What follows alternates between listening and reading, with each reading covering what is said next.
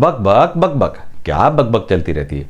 आज हम बक बकेंगे कि कैसे अलग अलग जनरेशन्स का अलग अलग सिचुएशंस पे अलग अलग रिएक्शन होता है। आज की जनरेशन के मन में डीप कहीं ये बात घर की हुई है कि उन्हें पैदा होकर हमारी वाली जनरेशन पे बहुत बड़ा एहसान किया है, और हम चाहे अपनी जान भी दे के अगला जन्म ले ले या 100 जन्म भी ले लें तो भी उनका ये एहसान उतार नहीं सकते।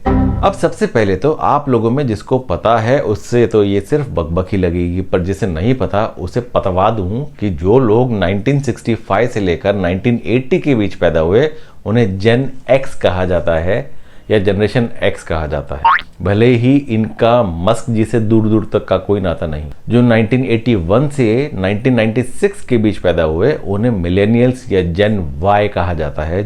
जो 1997 से लेकर 2012 के बीच पैदा हुए उन्हें जेन जी या जूमर्स भी कहा जाता है।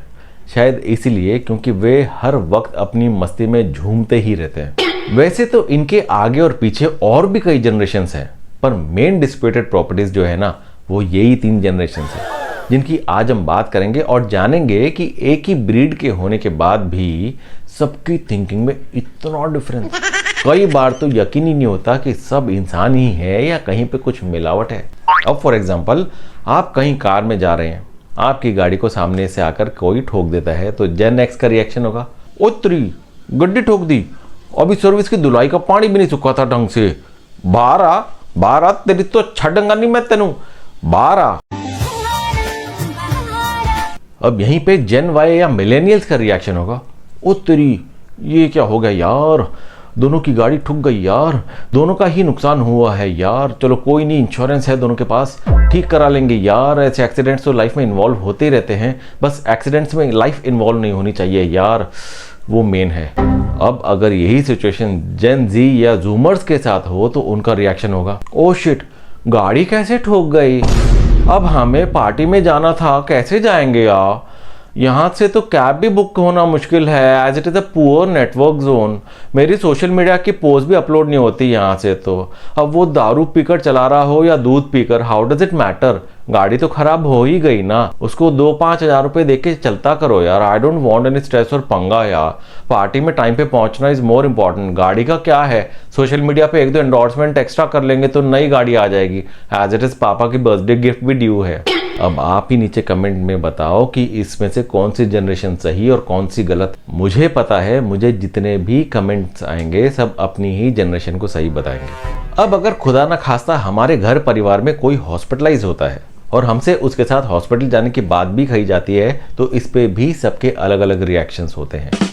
जेन एक्स बोलेगा, ओहो परजाई जी बीमार कैसे हो गई, परमीत ते घर पे था नहीं तो पीछे से दबा ली होंगी कुल्फी पे कुल्फी, हो गई शुगर, अब भुगतेंगी और साथ में उनके कुल्फी खाने की सजा हमें भी भुगतनी पड़ेगी, पर रब रखा परजाई जी जल्दी से ठीक होके घर वापस आ जानी चाहिए। और अगर सेम बात जेन वाई से कही जाए, अरे यार कोई इतनी कुल्फी खा कैसे सकता है कि वो बीमार पड़ के हॉस्पिटलाइज हो जाए, उन्हें अपनी जबान पे लगाम लगानी पड़ेगी यार, बोलने में भी और खाने में भी, उनका तो मेडिक्लेम भी नहीं यार, पड़ गई ना एक एक कुल्फी लाखों रुपए की, अम्बानी भी नहीं खाते होंगे इतनी महंगी कुल्फी यार। पर जेन जी तो अलग ही टेंजेंट पे रहते हैं। लुक गाइस, वो चाहे कुल्फी खा के बीमार पड़ी हो या हवा खा के, that is none of our concern. तुम लोग जाके उनको अच्छे से रिपेयर करवा के आओ, खर्चे की चिंता मत करना। But my schedule is pack for next 5 days, मैं अपनी नेक्स्ट रील्स हॉस्पिटल में तो शूट नहीं कर सकता ना यार, और वैसे भी हॉस्पिटल की बदबू से ही मुझे तो कुछ कुछ होता है। मैंने तो खुद पैदा होते ही हॉस्पिटल के डॉक्टर को इशारों से रो रो के समझा दिया था कि मुझे यहाँ से बाहर निकालो प्लीज।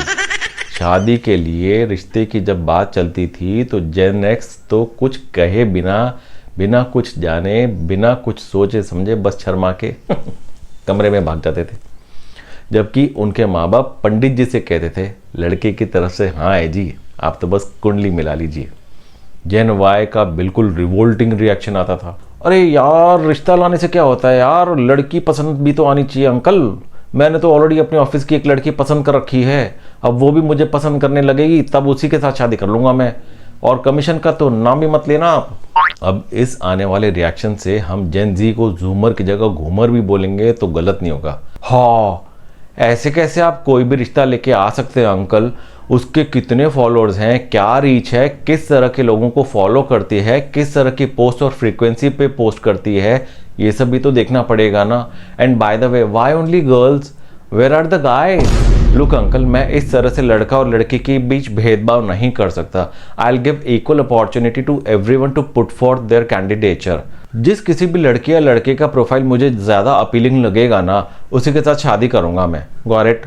उफ, अब मैं क्या ही बोलूं, छोड़ो, अब आप लोग ही नीचे कमेंट में बोल दो।